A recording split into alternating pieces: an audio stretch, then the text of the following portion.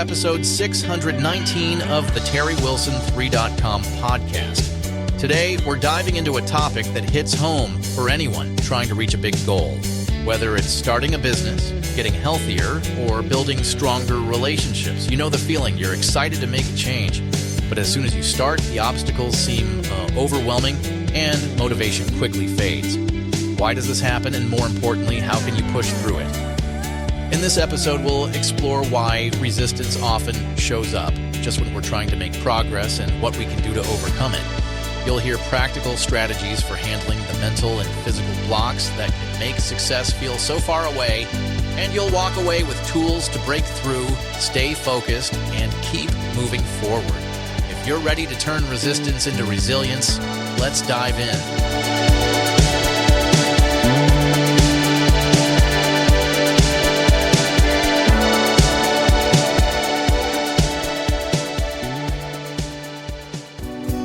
When words are not enough to really show your heart. When you want to send more than just words, send your best, send your blessing, send a gift that speaks to the heart. Flower shop.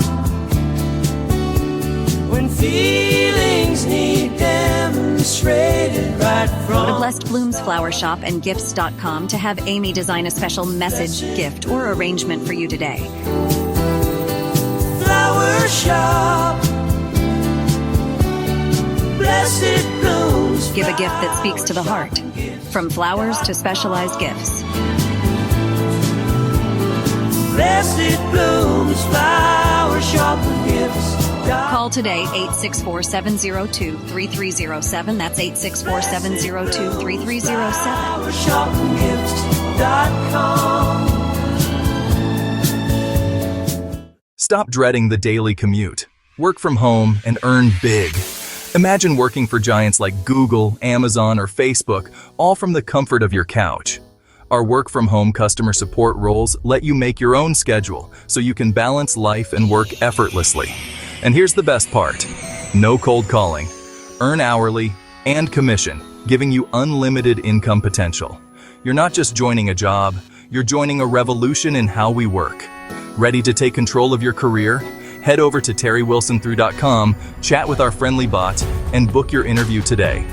Your dream job is just a click away. You're listening to TerryWilson3.com. TerryWilson3.com. Inspiring, informative, and entertaining content for the entrepreneur and small business owner. Breaking through resistance. How to overcome obstacles to the path of success. You know, I don't care what you want to do, big, small, huge things that you want to accomplish, small things you want to accomplish.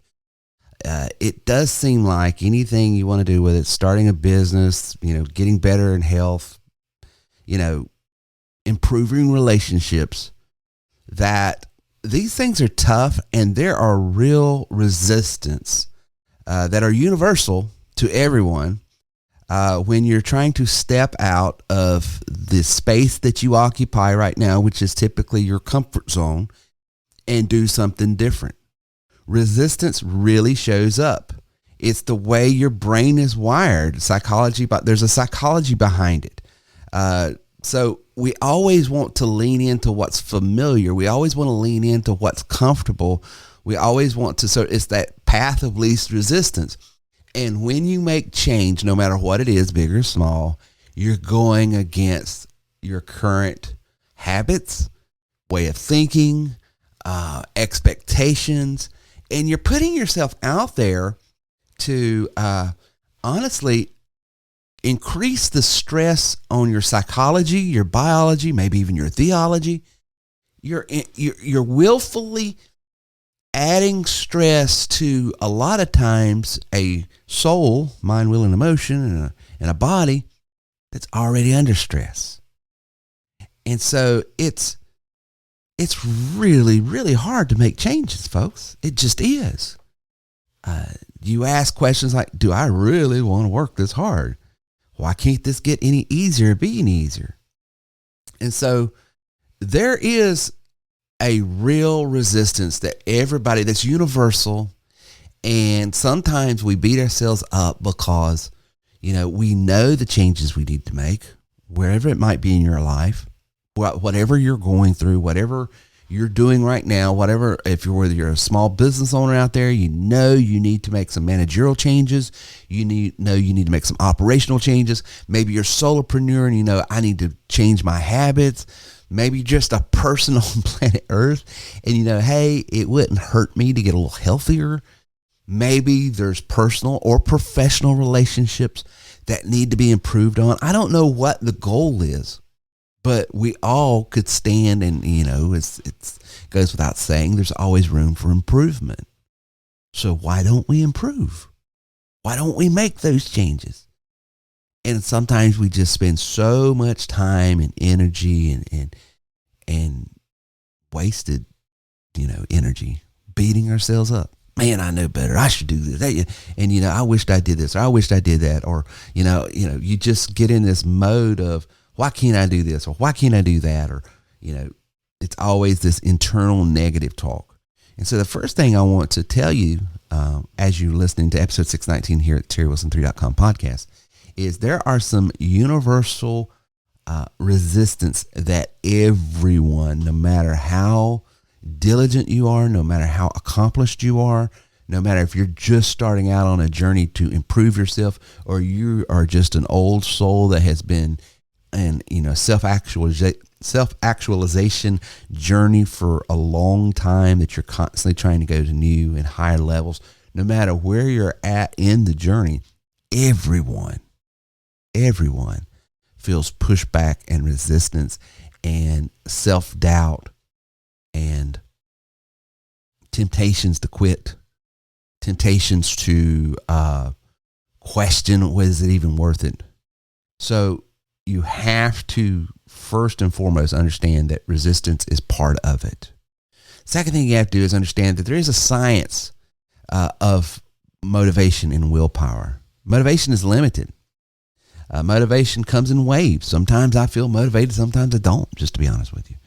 Which is why motivation, to be honest with you, even though I'm a motivational junkie, even though I try, my number one goal that I try to accomplish anytime I get up and make a talk, whether it be to a business group, whether it be to a church group, whether it be on this podcast, my heart is to motivate you and to inspire you to do something more.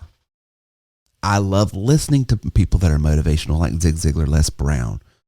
I find it nurturing and comforting to my soul. So I love motivation, but it's unreliable for long-term achievement. Instead, you need to, instead of just relying on moments of initial enthusiasm, there has to be something more than motivation. And the other thing is the willpower. Willpower is like a muscle that fatigues when overused. And this is the thing I've always talked about, and I use this in my situation with my health. The only way I have found, the only sustainable way that I have found to do better with my eating is to not put myself in situations where I have to make a choice and exercise willpower. Because if given the choice, I might make that a good decision for breakfast. I might make a good decision for lunch. But if I'm given a choice on what to eat, 3 meals and snacks a day, eventually I'm going to fall. So how do I avoid that? Well, I put myself in a situation where there is no choice. This is what we've got. This is what we're going to eat. It's already meal prepped. It's already planned. It's there, and there's nothing else around for me to do. So avoiding situations where I have to constantly use willpower and motivation. Because there's some days I get up and I'm highly motivated. This is what we're going to do. This is what we're about. I mean, I'm the music pumping in my head. The adrenaline's high. The enthusiasm is there. So willpower, motivation, it's not enough. And sometimes the timing's not right. for a lot of times, for most of us, we want to start something, and that initial motivation to do something coincides with some major life changes, stress, dissatisfaction. So even when motivation is high, the pressure of daily life can add layers of resistance because of the timing. So if we wait on the right timing, if we wait on the motivation and we rely on it, and we rely on just sheer willpower, we're setting ourselves up for failure. So there is a science behind, and it's not a reflection on how high of a character person you are, how high of a principled person you are. And I think this is where a lot of people get into, some real bad negative self-talk. Well, if I just had more willpower, if I was just a more motivated person, if I wasn't such a negative Nancy, if I wasn't such a Debbie Downer, if I was, someone that could actually do something, make a plan and stick with it, I would, and you're just beating yourself up. And what I'm trying to tell you is there are personality types. There are people that are born with just natural higher proclivities towards certain things. But even those people that have just natural ability and strength in those areas, when that alone is why and what you're relying on to achieve, you're going to fail. So if you're a negative Nancy, there's hope for you. But if you're a positive Paul, there's a warning for you, because relying on that alone isn't the solution. So what are the solutions? Having a real strategy that scientifically and theologically, biologically, psychologically is proven to work.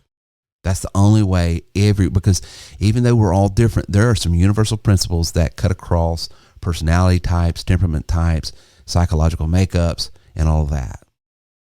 So number one, I would tell you, start small and focus on consistency. Consistency. Whether I'm motivated or not, I'm going to do this activity. I'm committed to doing it. I don't even care what I see as results. And this is one of the things I had to learn to do. For instance, just going to the gym. When I first started going to the gym, man, after week 1, I wanted to see something and I didn't. After week 2, I wanted to see something and I didn't. After week 3, I wanted to see something and I really didn't. But what I found was, if I was only going to do something in that realm based on what I could perceive as immediate payoff, if that was the metric I was going by to satisfy this want in me to find some sort of payoff for the investment, I would have quit. So I figured out real quick, it had to be something more than my why in doing that activity had to be more than just seeing an immediate payoff. So what did I do? I had to reshift and reshape and reimagine the why. So rather than seeing immediate results and even worrying about the results, it became, I do this once a day because it gets me away from the telephone. It gets me away from texting. It gets me away from social media. It allows me to plug in my headphones, listen to a podcast, learn, spend time in meditation and prayer, just thinking about my day, where I'm at, what I want to do, spending time with God, asking questions, doing some deep soul searching in myself. I took it out of the realm that this was only a time for physical benefits, even though that's what I wanted. And I repurposed it and said, it's going to give me that over the long haul. But what I was finding, my immediate payoff was mental clarity, emotional stability, a feeling of rest, a level of stress that was just immediately going down. And because I was able to repurpose it, and I started a little, I wouldn't say small, but I just said, I'm going consistently, when I do this, this is where my mental health is at. What I found was, one day I woke up and I had abs. One day I woke up, my shoulders were broader.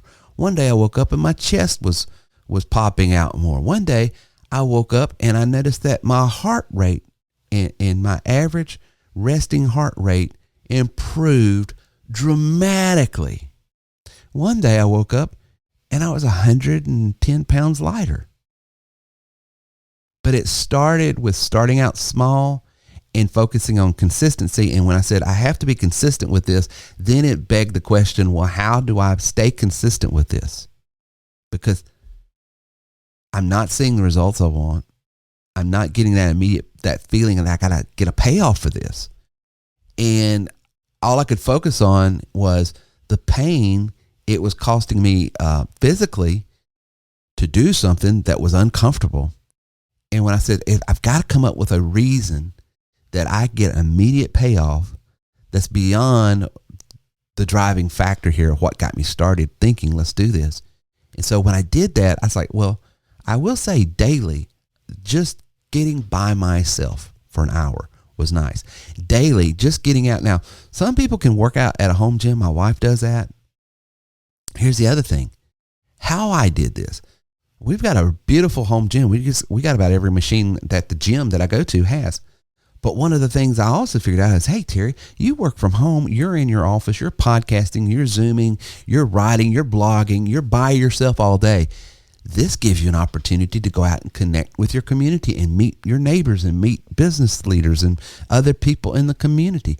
And all of a sudden, it helped me actually in my business, because now it's not only I'm working out daily, it's not only that I'm getting that psychological payoff, it's not only that years later now I'm seeing physical results, but now I'm seeing business results because I'm connected with a lot of it. It's like the local pub over there for a bunch of high achieving entrepreneurs and business owners. And I was like, dude. So but I had to start off small. I had to start off thinking, in starting small, what would be something that would make me more consistent with this activity? And by thinking in that way, it helped me. That same principle you have to apply to every facet of your life. I'm using health as an example. So many times I see people that are launching a home-based business and they're wanting to do something, and they get started, and in week 1, they're not making any money. Week 2, they're not making any money. Week 3, they started making some money, but it wasn't what they wanted. And they got so motivated, so inspired, so ready to move because they're seeing people that had been doing a particular type of business, whether it be in insurance, whether it be, online marketing, whether it be affiliate marketing, whatever type of business they're starting. They see the potential because they see other people doing it. They don't see the same results. And then all of a sudden it's frustrating. And the numbers are still the numbers. Most people that start a business, they don't stick with it. The turnover rate in new business, especially home-based business, it's like 90% people quit. Very few people stick with it. So how do I start a home-based business, not see immediate results that I want and what got me there, yet stick with it? Well, let me ask you this. When you start that business, inevitably there's going to be training. Maybe there's some technical training. You got to learn how to use some particular software. Or maybe there is some communicational training. You got to learn how to communicate and sell and read this script and talk to people and answer objections, all this. Maybe there is some industry specific education, like if you win in the insurance, understanding the difference between term, life, universal, and how they work and why they work for that person. Maybe it's really whatever. There's always something about starting a business, learning that product and learning how to deliver that product that actually is self-actualizing and making you better and making you a more proficient, skilled person. Example, if you're going to start a home-based business, you better learn how to communicate. Starting a home-based business or starting any business or creating any, it doesn't matter what your personality type is. It doesn't matter what your experiences are. You got to learn to communicate. So one of the immediate benefits you're going to receive from just starting a business, for instance, is communication. Everybody needs to learn how to communicate better. And what does it mean to learn how to communicate? Learn how other people hear. Well, what does that mean? Learning how other people think empathizing with their judgment functions, their perception functions, all of those deeper psychological things.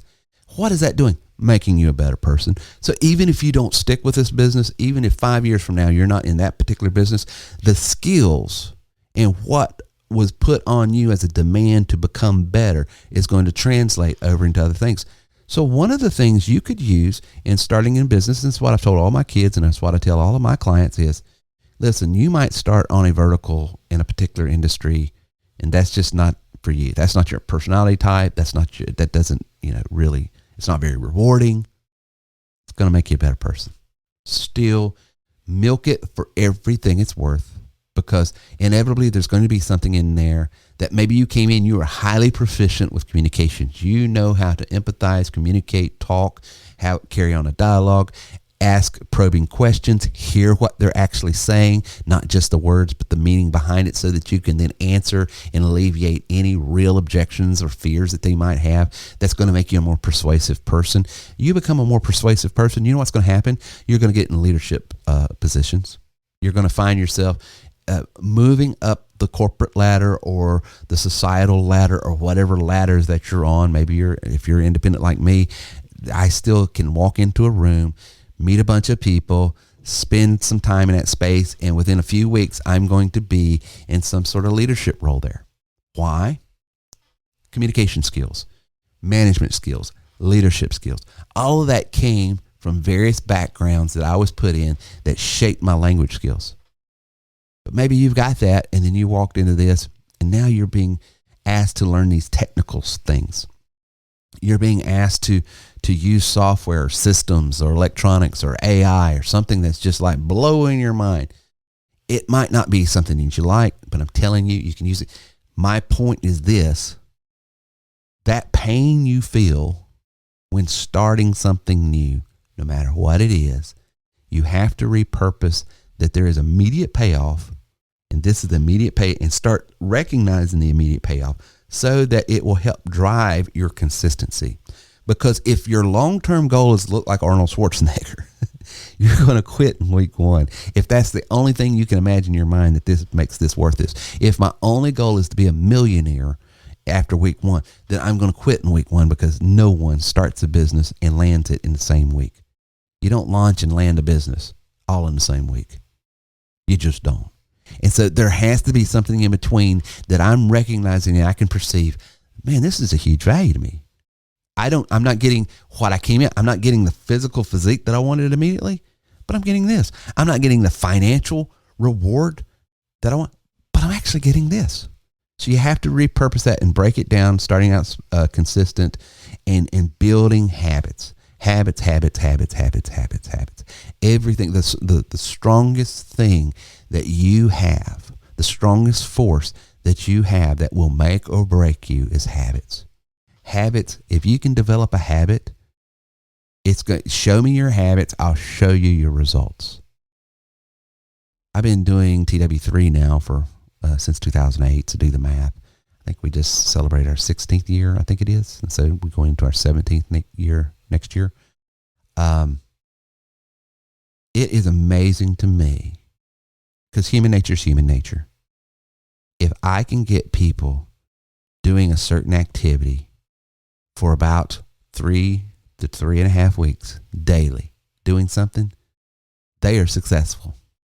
The folks that I cannot get on a regular routine doing certain things and focusing on certain activities that they do daily, if I can't get them up to speed in the first month of their business and getting that 3.5 week, 4 week, then the numbers are what they are.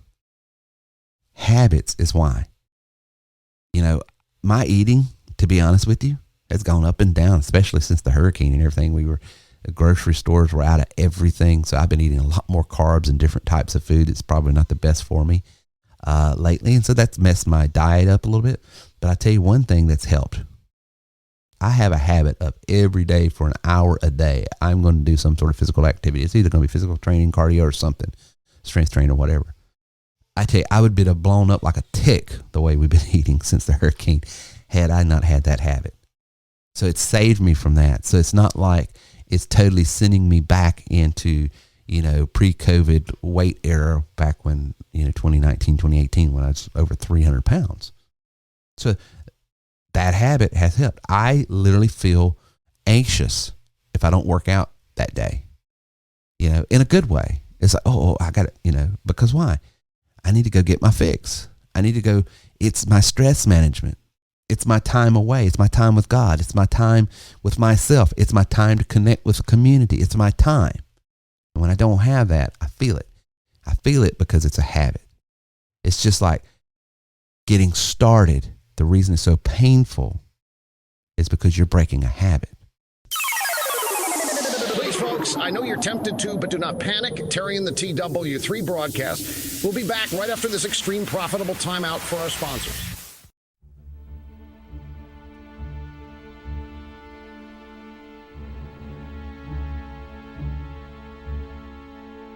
Meet Jim. When Jim first opened his small lawn care business in Akron, Ohio, he was excited but quickly faced a tough reality.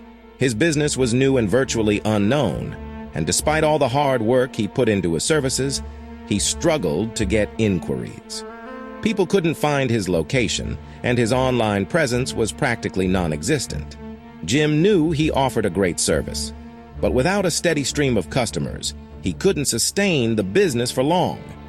Jim's biggest frustration was that he had an excellent lawn care service, but no one was finding him. He tried posting on social media, handing out flyers, and even running a few ads, but the calls just weren't coming in.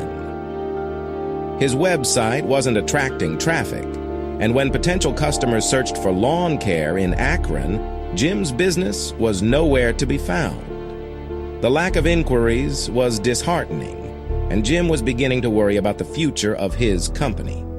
Then Jim discovered TW3. After a free consultation, he decided to join their platform and implement their integrated business solutions. In just a few months, the transformation was remarkable. With TW3's AI-powered system, Jim was able to ramp up his capacity far beyond what he originally thought possible. Calls began to flood in, so much so that he could no longer handle all the inquiries himself. TW3's AI system took over, booking appointments, answering calls, and even sending out billing automatically. Jim's workload was lightened, and he could focus on delivering the best service possible while the TW3 system handled the administrative tasks. With his newfound ability to manage inquiries efficiently, he no longer worried about missing calls or double booking appointments. His business was thriving, and his reputation began to grow. The real game changer for Jim wasn't just the increase in inquiries, it was how TW3 consolidated everything he needed into one seamless platform. Before TW3, Jim was juggling over 20 different services and software tools, each with its own monthly bill. Between scheduling apps, customer management software, billing systems, and marketing tools, the costs were adding up, and nothing worked well together. With TW3, Jim was able to cancel all those services and run everything through one integrated system, saving him over 80% of what he had been paying before. Even better, TW3 provided training and support to help him get the most out of the system. No more patching things together. Everything was streamlined and built to work as one cohesive unit. Jim's story is just one of many, and you can read more about it in the About section at Terry Wilson 3. If you're a business owner facing similar challenges, Jim's success can be your story too. To see how TW3 can help you grow your business, go to terrywilson3.com now and book a free one-on-one coaching call today. Just like Jim, you could soon be enjoying a thriving business, streamlined systems, and more inquiries than you can handle, all with the support and technology of TW3. Hey Terry, just wanted to tell you how much I really appreciate all you've done for us.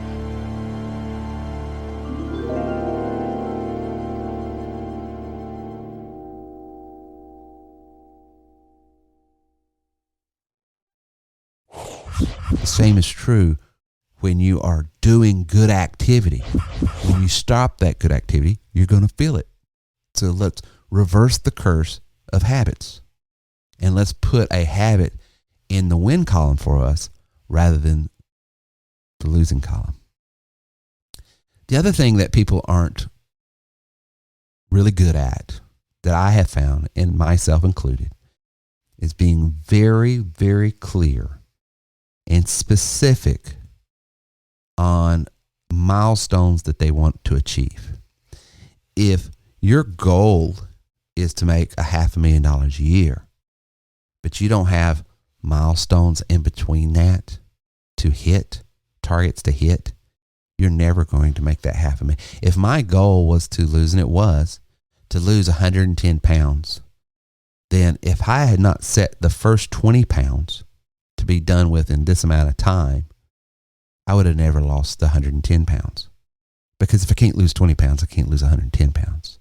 If my goal is to repair a relationship in a way that we can be amicable, friendly, and kind when we're together, then how is it that eventually it's going to be where we are close and there's nothing between us anymore? See, there has to be clear, articulable, milestones that I want to achieve. And if the milestone doesn't have a deadline, it's just a wish. It's not a goal. So I have to say, by this time in 2 months, this is what my weight's going to be, or this is what my income's going to be, or this is going to be the status of fill in the blank. You got to do that. And more importantly, it's so true, accountability and environment. You have to have some support. This can be a friend, family member, coach who can help with the accountability, but regular check-ins can be very motivating. The other thing is your environment. It plays a huge role. So you need to surround yourself with not only the tools, but people and visual reminders of the goal of what you're trying to achieve. So accountability and environment is huge. The other thing is to learn to celebrate when you win. So set up those small goals, achievable goals, and learn to celebrate the wins. You need to recognize it's reinforcing your mindset and your mental health and your emotional stability that I am winning. I'm winning right now. Here is a track record of me winning. There's no reason why I shouldn't expect to win this next milestone because I won these last 1, 2, 3, 10 milestones that I set for myself. That goes, I'm telling you, if you want to overcome the self-doubt, the self negative talk, the self, sabotage, then you have to set some things in place, some systems in place of thinking, systematic ways of thinking, because it just don't come natural. Universally, even if you're a positive, the glass is half full person, there is enough negativity in life and in social media and everything around you that it's conditioning your mind to doubt. It's conditioning your mind to worry. I don't understand how anybody, and listen, I'm a very typically positive person. I really am. I mean, I am a glass half full type of person. Always have been. It's just my natural temperament. I've never struggled with, long-term depression, and I've got family members that have a chemical reason and psychological reason why they suffer from depression and everything. I've had times of sadness and times of self-doubt, and we all do that, but just that's not my regular, this is where I'm just set in park mentally. That's just not where, and I'm grateful for it because I see the struggle of people that I'm close to, that it's an intentional, day-to-day, purposeful, thought out, strategical plan that they have to make sure that when they put it in park, they're not parked in this space, but they're parked over here in a more healthy space. I, for years, took that for granted, just to be honest with you, because it's hard to empathize with something you don't struggle with, right? So my point is this: even though it's naturally for me to be in park without any outside interference, without any outside stimulus that would cause me to think one way or the other, I'm just naturally a glass is half full, positive, it's going to be all right, easy-go-lucky type. That's just my personality. Even in that, I have to learn to celebrate small wins. I have to learn to accept in myself, hey, you did good here. Accept self-compliments, accept compliments from others. Have you ever noticed it's hard to accept compliments from people from time to time? And I thought about this been a couple of years ago. I was like, why do I struggle with people and compliments? I always I deflect. I use self-deprecating humor. I try to, get out of the spot. And the reasons that there was a part of me that just felt like it was wrong to acknowledge and accept that, hey, you did something good, that it wasn't being humble, that humility was the highest calling a person should be able to walk in. And what I learned is that's not being humble to accept a win, to accept, yeah, that did good. I'm proud of myself. You're not violating the laws and the principles of humility. You're just stating, yeah. And it's actually a negative place to be in mentally by not accepting compliments in yourself and compliments from other people. You have to. How are you going to be with any integrity, any credibility, going to be able to motivate your team, compliment your team, give your team direction, and they believe it when they see on the inside of you and see every time that something good comes your way, you don't receive it. So you have to model what you want them, because you want to reinforce in your team, I would imagine, and whoever you're in charge with, whether it be, your entire company, or maybe your manager just in this, or maybe it's just your family. I don't know what you're in charge of or what you do, but inevitably you want to positively reinforce the activities that would drive the greatest success for that organization, that team, that person. And so to reinforce good behavior, good activity, good mindsets, good attitudes, to reinforce that means this, hey, I see when you did this, that was great. Thank you. Man, that's awesome. You did a great job there. If you want that to sink in with them, because what do they say? 98% of communication is visual. There used to be a thing where, and I'm on the camera here on the podcast, and if you're not watching the visual side of this, you won't get this. But there was an exercise. I think I saw John Maxwell do this, where he says, I want to show you why words are important, but modeling the words are more important. He says, now I want everybody in here with your right hand, make the okay signal. And he was holding it up, and he's basically putting his index with his thumb, and he's spreading out his three fingers, and it's the old big old okay. He says, so everybody with your right hand, make the okay sign and hold it up. Okay, everybody did. He says, now put it down to your side place it on your thigh. And they did. He said, now put it up and wave it around in a circle. And they did. He says, now I want everybody, while they're waving around in a circle, I want you to put that okay sign right there on your forehead. And then what he said forehead, but he placed it on his chin. And he says, I want you guys to notice right now that just about everybody in this room put that okay sign on their chin and not their forehead. Why? Because visually that's what I did. And that's my point. It's important to use clear words, what you want, to articulate it. We are a people of word. We're word-made people. We manage teams with words. We manage contracts with words. But if you want to model what you want people to do, then you have to do. And the point was, I used the correct words. I got you guys 95% to do the right thing. But because I didn't model what I said, all of a sudden, most of you in here modeled what I did and not what I said. And so if you want people to be positively reinforced with your management, with your instructions, with your attaboys, you have to model it yourself and be okay. So celebrate those. Here's my final thoughts. Resistance is a sign of growth. not failure. When we encounter it, we're experiencing a transition from what was comfortable to what will make us better. So when you feel resistance in your emotions, in your psyche, in your spiritual life, in your physical life, that's growth. And I would tell you to exercise patience and self-compassion. Every worthwhile goal requires time and setbacks. You need to treat yourself kindly through a journey, because it is a journey, and focus on steady progress. The end goal is what got you in this race. Keep that end goal in mind. But day to day, measure yourself with where you were yesterday. If you've fallen behind, measure yourself from when you started.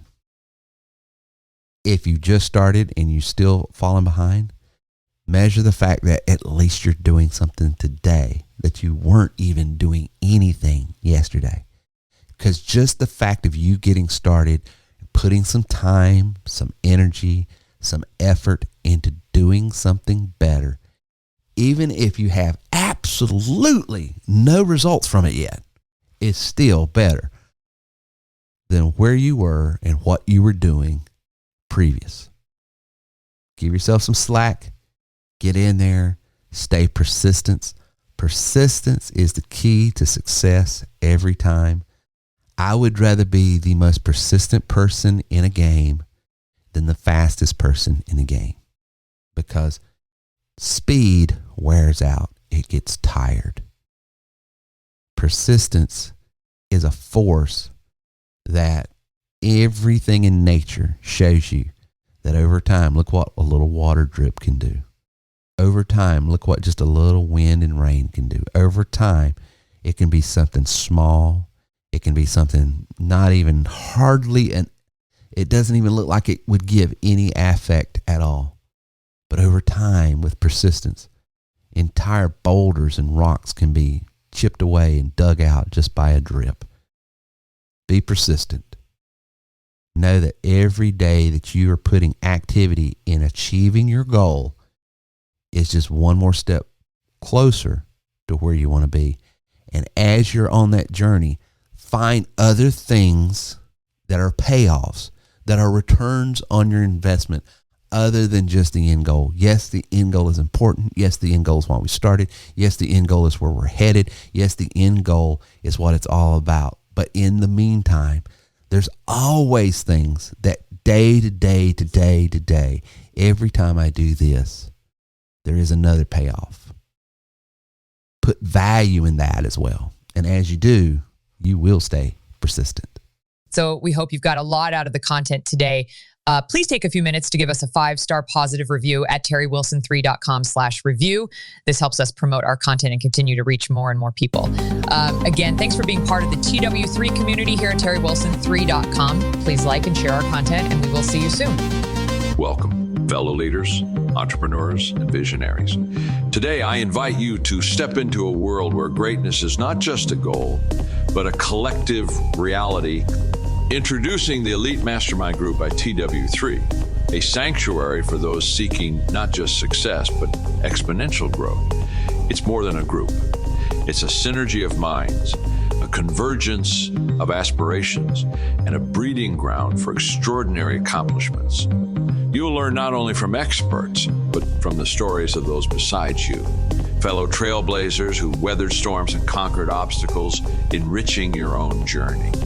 Imagine being surrounded by a league of highly motivated business owners and entrepreneurs, each driven by the same passion for success, propelling each other towards greatness. Embrace the power of networking, the art of learning, and the joy of sharing your value. It's not just about what you gain, but what you contribute. Dare to be exceptional. Dare to be part of the elite. Don't just dream of success. Surround yourself with those who are already living it. Join the Elite Mastermind Group by TW3. Elevate your success. Elevate your life.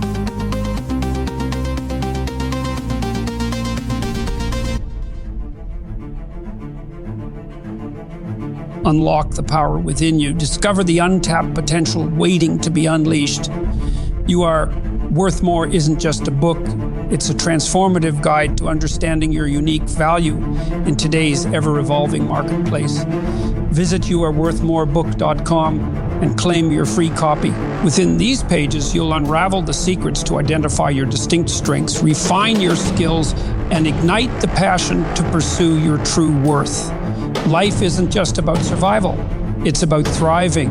This book is your roadmap to not only surviving, but excelling in a world that demands your best. It's about recognizing your potential, developing your talents, and finding the inspiration to chase after what truly matters to you. Let You Are Worth More be your companion on this journey. It's not just a book, it's a catalyst for change. Empower yourself, elevate your skills, and embrace the opportunities that await. Visit youareworthmorebook.com today and embark on the path to realizing your full potential. Your worth is far more than you might imagine. Claim your free copy now and begin your transformation.